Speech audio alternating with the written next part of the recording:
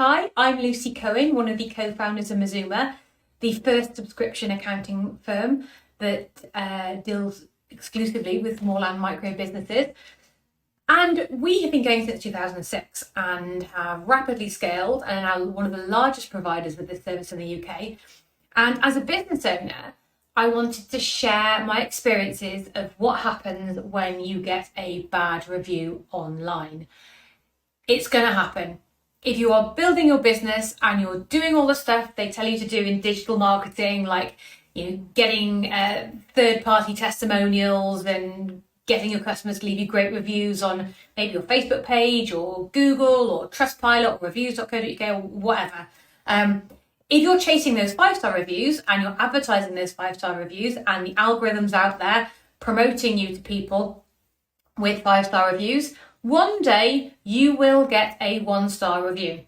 You will. It's going to happen. Whether you deserve it or not, you will get one. It might be someone who doesn't like the fact that you don't have a geographic phone number. That happened to us many years ago. They weren't even a customer of ours, but they left us a review for that. Maybe they walked into your shop and nobody served them quick enough and they didn't buy anything, but their experience was poor, so they walked out and left you a 1-star review. Maybe they don't like your booking system. Maybe your website crashed. At some point, you'll get a 1-star review. And when you're the business owner, it feels really personal. It is the worst feeling to get that little notification on your phone and go and look at it and see that somebody's left you a 1-star review. Ugh! It's like a gut punch. It's awful. Because nobody goes out there wanting to do a bad job. And for the most part, we tend to try our best to do a good job. And yet, at some point, there'll be somebody who is dissatisfied with your service. So what do you do about it? First of all, try not to take it personally. I know it sucks and it hurts, but try not to take it personally. We live in a world now where everything's very polarized. You don't really see people leaving 4-star reviews or nice 3-star reviews going, yeah, met my expectations, solid 3 stars. It's either a 5-star, I loved it, it's amazing, it's the best thing ever, or it's a 1-star, worst thing in the world, never go to this place, I hope this business burns. So we live in a very polarized world and we need to recognize that. Try not to take it personally. The next thing to do is not to panic. Your instinct will be to get straight on there and write a response to go, well, actually, this happened, or you were horrible, or you misunderstood us, or whatever it was going to be. You're going to want to go and do that. Take a breath before you engage in it. Don't panic. You do need to respond to that review because sometimes it's not warranted. And sometimes, on the internet, you tend to very much only hear one side of the story. And we tend to believe the side of the story we hear first. That's kind of how this stuff goes. So it is important that you do respond to it, but don't do it when you're kind of seeing red or you're still feeling sick about it, because it doesn't help. You won't give a rational response and you won't be able to address the issue properly. So just take a breath, give it a few hours before you write a response to it. The next thing you do is you do write a response and you address it.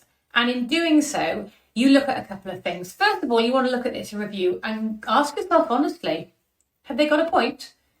Did we fall short? Did we not live up to expectation? Did we overpromise and underdeliver?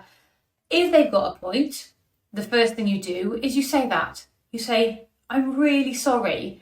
You've got a point. We let you down this time. We're going to fix it. Contact us, we're going to make it right for you, and then going forward, we're going to make sure it doesn't happen again. If they don't have a point, you can't really go online and go, well, you're stupid, you don't get it, you don't have a point, everyone should ignore your review.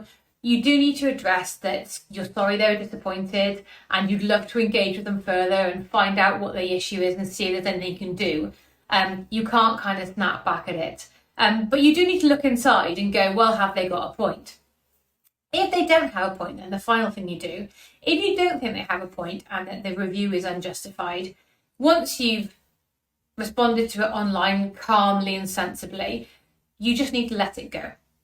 You need to let go of it, because if you don't think you've got any work to do and you don't think you did a bad job, you've got nothing to worry about. You need to be able to sit and validate yourself and go, no, we did a good job. I'm happy with what we did. That's fine. Someone wasn't happy, but that's okay. Not everyone's going to be happy. It doesn't mean we have to change everything. That's what you do if you don't think they've got a point. If you do think they've got a point and you do recognise you fell short, here is a golden opportunity. Nothing is going to light a fire under you like knowing if this continues, you'll still get 1-star reviews online. So here's your opportunity to go back and look at what you could have done better. Look at how you improve something. Look at how you make it better for the future. Yes, getting a 1-star review feels awful, but it will feel great when you fix the problem, and it will feel amazing to not have it for the same problem again in the future.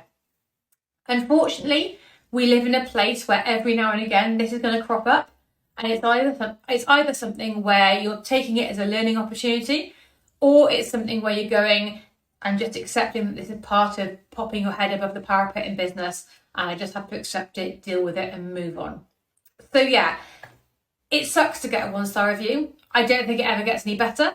And as a business owner, it feels really personal, and it's horrible to think that somebody's out there not thinking the absolute best of your business, or not knowing how much you care about your business as a business owner, because you do. I know you do. But you're going to have to deal with it. It will happen one day, and hopefully knowing that there are other people out there dealing with it, and a few tips like this to help you get through it, will make the whole thing a little bit easier. So yeah, 1-star reviews. They suck, but they're going to happen. It's best that you know how to deal with them.